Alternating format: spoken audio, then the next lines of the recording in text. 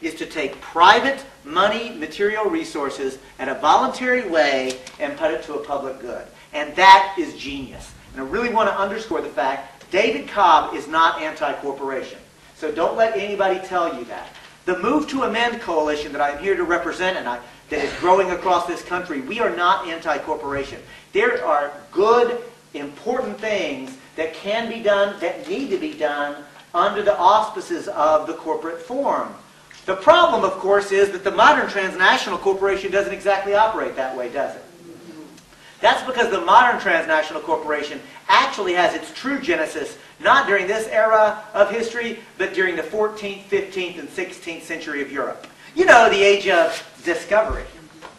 I have to put discovery in quotation marks, of course, because who was they and what did they discover? Who was they in that sentence? Europeans. Europeans, and more specifically, what did they discover? They discovered Africa, Asia, later North and South America. Newsflash, there were people living there. They weren't lost. They didn't need to be discovered, right? So, in the interest of some clarity, let's actually call the 14th, 15th, and 16th century what it really was. The age of rape and pillage and plunder and murder and theft. One word, I think, really describes that. What word is that? Colonialism. Colonialism. Empire, right? That's what that era was. It's the age of empire. And I want to be very clear. That age of empire was also the age of the creation of the transnational corporation. And it's not an accident. In fact, and stay with me on this one, the transnational corporation as an instrument was created to facilitate imperialism. In fact, one of the earliest of the corporations was a little outfit known as the East India Company. Literally created and designed to militarily conquer the entire subcontinent of India, literally charged with destroying the existing institutions of India so that they could replace those institutions with proper British institutions to make them dependent, and in other words, not just to colonize their bodies, but to colonize their minds. I want us to really understand that real imperialism involves not just the conquering and the subjugation in the material sense, but is also an effort to colonize the imagination space and to colonize the mind. And I'm going to suggest to you that part of the problem in the United States today, we have been colonized. And I will speak for myself. I think I have been colonized, and I go through efforts to try to decolonize my mind, and I have to do it every day. Another of the corporations of this era, by the way, was a little outfit known as the Africa Trading Company. Would anybody like to guess what the Africa Trading Company traded? So I want to suggest with absolute love and respect that for all of us, myself included, that first pop into my head the idea that the Africa Trading Company traded slaves, that's an example of colonialization. My mind is colonized when my head pops into that. Because after all, was Africa populated by slaves? Say it again. People. The Africa Trading Company traded people, or human beings. And I think that that would really be a very important distinction. And in fact, may I suggest, the Africa Trading Company traded human beings that were basically just like me. And I say that with full appreciation and understanding of my pigment. I absolutely do. But I also say that with conviction because if you ask any scientist, if you will ask any biologist, she or he will tell you that race does not exist. I mean, sure, skin pigment absolutely exists. Ethnicity absolutely exists. But no biologist would elevate those things to a classification or a taxonomy of human beings. That's ridiculous. It doesn't exist. It's not real. However, race may not be real, but racism is. Okay, white people, stay with me on this one. Seriously, race is a construct, just as surely as the corporation is a construct. It got created by human beings, not by reality. And I suggest to you that race gets created basically during the same time period of imperialism, and I think I know why. It was created specifically to try to justify the African slave trade. Now, I'm not going to suggest that slavery was created by imperialism, because there had been this institution of slavery in different ways before this time period, but that was a little bit different. Let's say, to really illustrate the difference, that Larry and I live in different tribes. And there's a river separating us, and my tribe goes to war against Larry's tribe, and my tribe wins this war. And by the way, why might my tribe win this war? What are some reasons? All right, so better population, more population. More stuff to throw. More stuff, better resources, more weapons, better weapons, technology, better planning and leadership, training. All of those are excellent suggestions. Of course, I haven't given you enough information for you to actually really know the answer. So should I tell you why my tribe wins the war? Because the heads are in it. Because I'm telling the story. Oh, yeah. Listen, I say this because I really want us to come to terms with the fact that whoever is telling the story has enormous power to frame that story. Right? And so the next time we actually hear any sort of story, I think it's important for us to go a little deeper, to be willing to deconstruct, engage in a little critique of, well, where did that story come from? Is there an underlying message? Are there underlying motivations? Right? Whoever is telling the story has enormous power, and especially when you consider that we as human beings understand the world through the stories we tell each other. Facts actually don't help us understand the world very much. Facts are important, but the most recent cutting-edge information coming to us from cognitive linguists and others in the academy studying human nature and human psychology actually tell us stories are what matters, not facts. In fact, if I, as a human being, have a deeply held belief about something, and I'm confronted with, and I'll use myself, I'm confronted with factual data that actually says that this belief is absolutely wrong, will it change my belief? No. Will the belief just bounce off of me? Yes, and deeper than that, I will drive my belief even deeper. You will convince me of my wrong information the more if you just give me facts that just contradict it. You have to tell me a story that actually makes sense to me within my own existing framework. Like, that's the only way you can communicate with me, is to tell me stories. So stories are very important. And sadly for you, Larry, I'm telling this story. So in this story, my tribe conquers Larry's tribe, and I pump my spear to Larry's throat and say, Larry, you're now my slave. Now, what's the philosophical justification for David to enslave Larry in this scenario? The spear point. The spear point. Power. Nothing else, right? What I'm asking you to consider is this. The construct of race gets created during the time period of imperialism in order to attempt to justify, as stupid as it is, as ridiculous as it is, the whole idea of justifying enslaving an entire group of human beings for something as ridiculously simplistic as pigment and skin color. Race gets created as a construct during imperialism because racism, imperialism, and militarism are all inextricably linked. And in fact, I'm not the first American to make that observation, because one of the great American political thinkers and orators of all our history said basically the same thing in what I believe is his best political speech. Now, the gentleman I'm thinking about, it's not his most famous speech, because his most famous speech is known as I Have a Dream. Who am I speaking of? Martin Luther King Jr., of course. But I Have a Dream is his most famous speech, but for my money, his best political speech was not delivered in Washington, D.C., but was delivered at Harlem, at the Riverside Church there. And in the Riverside Church, he delivered a speech that is now known as Beyond War, or Beyond Vietnam. And in that speech, King said the United States of America is suffering from a spiritual and moral decay. Remember, he was a reverend. A spiritual and moral decay that we cannot get out of or reverse unless and until we are willing to confront the triple evils of racism, militarism, and extreme materialism or corporatism, consumption like that. And he said that unless we address those, we will continue the spiritual and moral decay. And may I suggest he was right then and he's right now. The problem in this country, in my estimation, is that we have not come to terms with the interconnected nature of racism, militarism, or corporatism. And since we're now talking about America, let's bring the corporation story further and ask this question. How many original colonies in the United States of America? 13. Come on, y'all. We're in Connecticut. This is a gimme.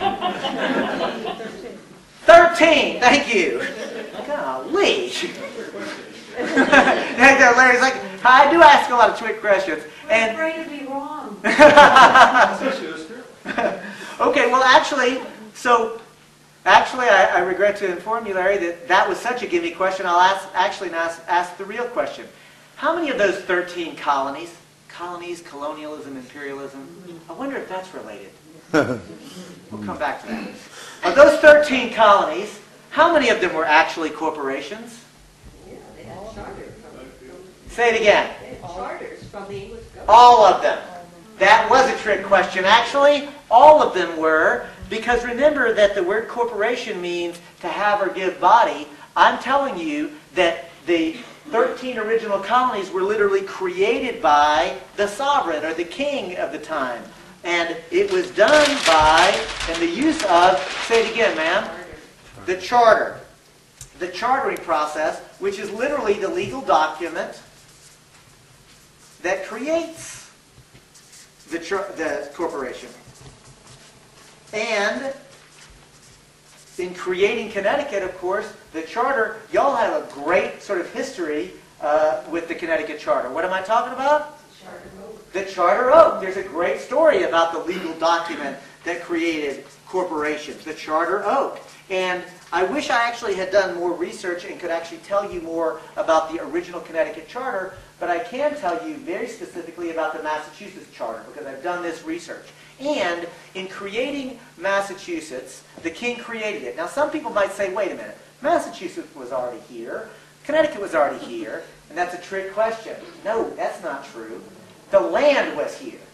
The people who lived on the land was here. Reality was here. It took the king to create Massachusetts and Connecticut and all the other of the colonies, and he did it by writing a charter, a legal document that created it.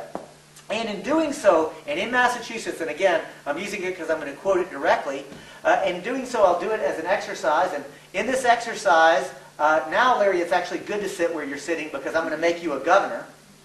And in order to do so, though, in this exercise, in this illustration, I'll be the king. And why might I be the king? Divine right. That's the one, because I'm telling the story. Yeah. So as the king, oh, yeah, good. Larry has gotten himself ready to be governor.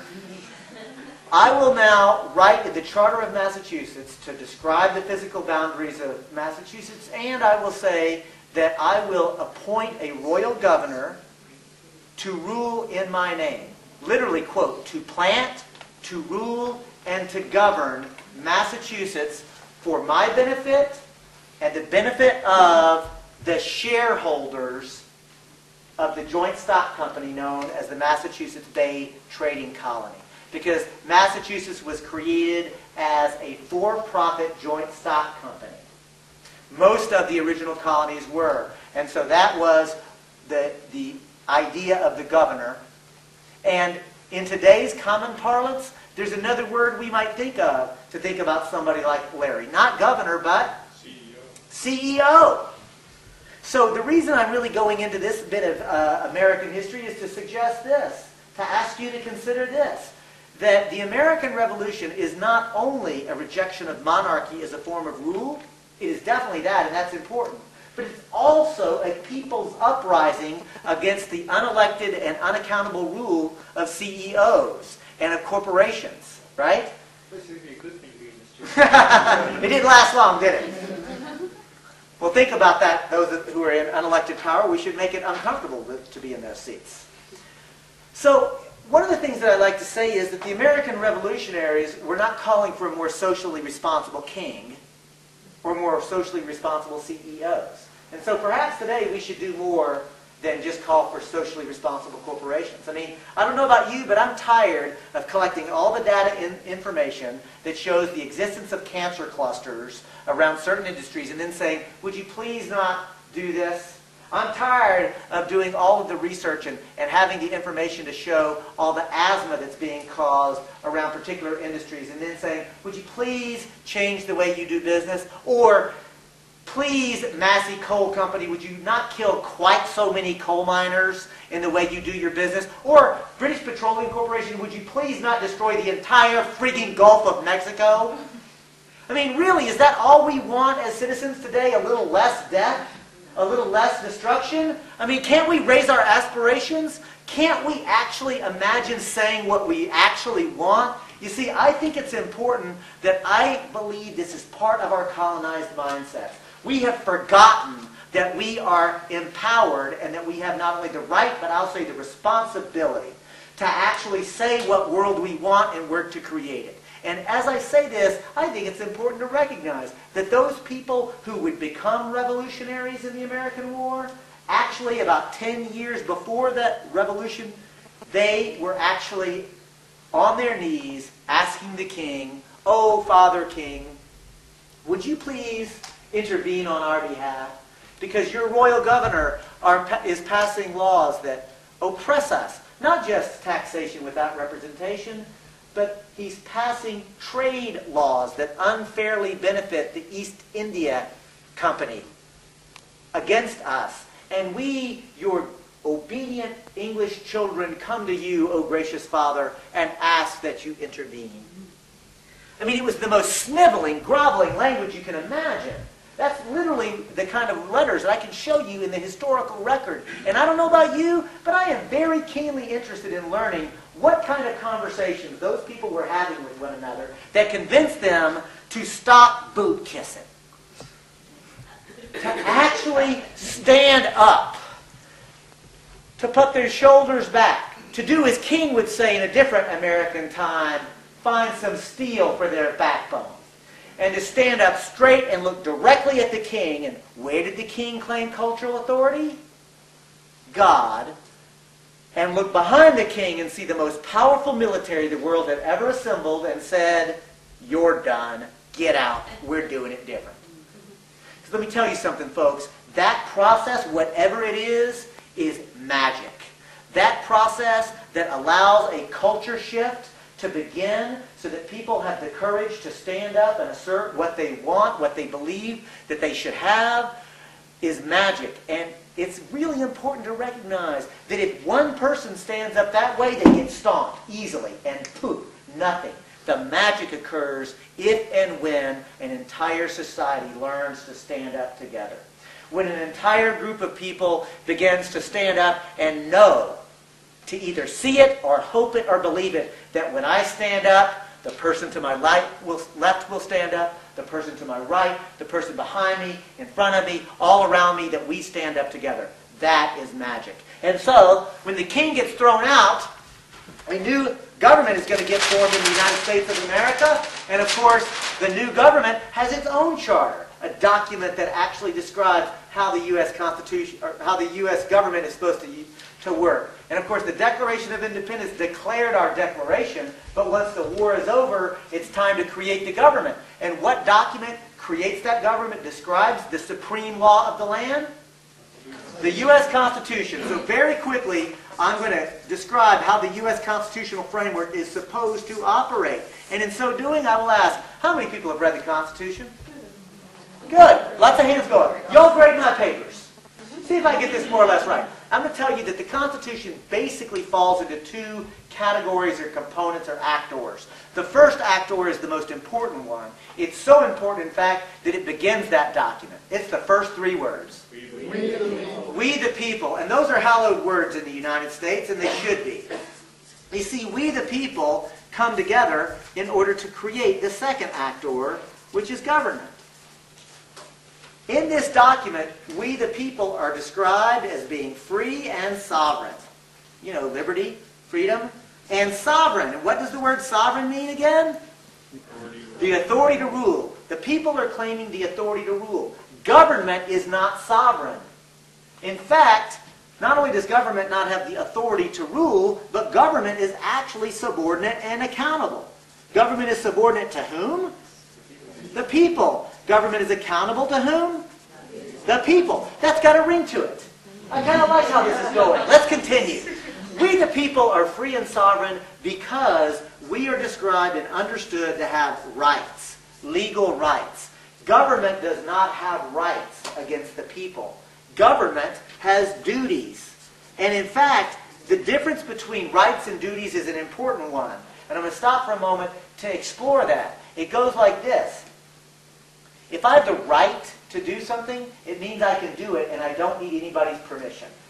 In fact, if I have the right to do something, the legal right to do something, not only do I not have need permission, but if anybody tries to infringe upon it or prevent me from doing it, they're wrong, not me. Rights are important. But it doesn't end there because the government doesn't have rights, the government has duties. Well, where would the government have duties and where would they come from? Well, remember that all power resides with the people. In fact, power to the people was not just a Black Panther Party chant, or it was. It was also an American Revolutionary chant. I mean, there was this understanding, and you know what? Some words I honestly believe are magic. And like, power to the people is one of those kind of magical phrases. It's almost an incantation. And no wonder the Panthers actually had the audacity to actually claim that. I mean, you know, because this is a group of people who are like, they start every meeting with 4 words. Power to the people. I mean, and these are people who are being subjugated, who are being oppressed, who are being, you know, and they have the audacity to start their meetings that way. And it's pretty powerful. And to really do this, I'm going to say those 4 words and invite you to say them back to me if you're willing to and able to. Let's try it. I'll say, power to the people. Power to the people. I'm going to say it again. Power to the people. Power to the people. Now let's do it together. Power to the people. How'd that feel? Good. Good, right? Good. The sister over here gave me one of these. Right? How did it feel? It felt good. And you know what? I do this for 2 very important reasons. This little part of the exercise, because I want you all to have the experience of just saying collectively the words, power to the people. And the second reason I do it is because I like it. Because it makes me feel good. Because when I am part of a group of human beings saying power to the people all together, it reminds me that we do have the power. And that's an incredible thing. And you know what? I'm so glad that we have all the power, but I want to tell you something. I don't want to have to go to the meeting where 100,000 of us get together to decide where the stop sign goes. In other words, we may have all the power, but we delegate a certain amount of power to government. See, we have all the power, but we delegate some power to government. How much power will we delegate to government? Only enough to perform the duties that we have already collectively said that we want to do. And be very clear, in the discharge of governmental duties, the one thing government can never do is violate individual rights. This is a very important idea. And in fact, it's so important that I want you to think about it this way. In the private realm, I and you, we all have individual rights that are sacrosanct. You see, the Constitution doesn't create these rights. The Constitution recognizes these rights. These are natural rights. These are inherent rights. These are human rights. These are rights that are, and don't be alarmed, it's just going to be a little bit. But can y'all see that? In the back, I'll let you know that's my belly button I'm pointing to. And if you're too shy to check here now, go home in the privacy of your own home and check and make sure you've got a belly button. Because if you do, you too are a human being. And you too have rights. See what I'm getting at here? These rights are not actually dependent upon governmental structure or the U.S. Constitution. The Constitution is supposed to protect those rights, but not create them. They're human rights. Government is not part of the private realm, but it's the public realm. In other words, I'm inviting you to consider this. The genius of the American Constitution is that it protects individual human rights, even as there is a communitarian ethos that says that the social contract for how we decide to operate is actually an accountable public government. the genius of this. And does this make sense to people? I mean, I look at this and I think, this is absolutely beautiful. Mrs. Armstrong was right. This is fantastic. I love this. It protects my individual rights, and yet there is a mechanism by which we will collectively be making the big picture decisions. But the one thing is that the majority cannot actually ever interfere with the rights of the minority. This is brilliant. This is a beautiful form of government. We should try that in this country. I think this would work. And I'm not even joking, because we've never actually tried it in this country. And before I go 1 second further, waxing poetic about the beauty and the brilliance of the U.S. Constitution, time out. Somebody tell me what year the U.S. Constitution gets either drafted in secret convention or ratified by the states. What year? Nicely done. 1789 is the actual ratification of the Constitution, which means the Constitution becomes the supreme law of the land, the governing structure of these United States of America in 1789. The reason I wanted the date certain was so that I could ask this certain question. In 1789, who gets to be a legal person? If we understand that a person legally is the ability to assert rights. Who gets to be a legal person? White, so you have to be white. If you're not white, you are actually not a legal person under this document. You have to be a man. If you're not a man, you are actually not a legal person under this document. You have to own property. And if you don't own enough property, you're literally not a person under this document. So a way to really focus this question is to ask this. In 1789, what percentage of the adults living in these 13 colonies were actually legally persons? What percentage? 30%. 30%? 25%? 10%? Folks, you are not sufficiently cynical. About 5% of the adult human beings were literally legal persons by that framework. Wow. 5%. Another way to express that number, 95% of the adult human beings were not legally persons.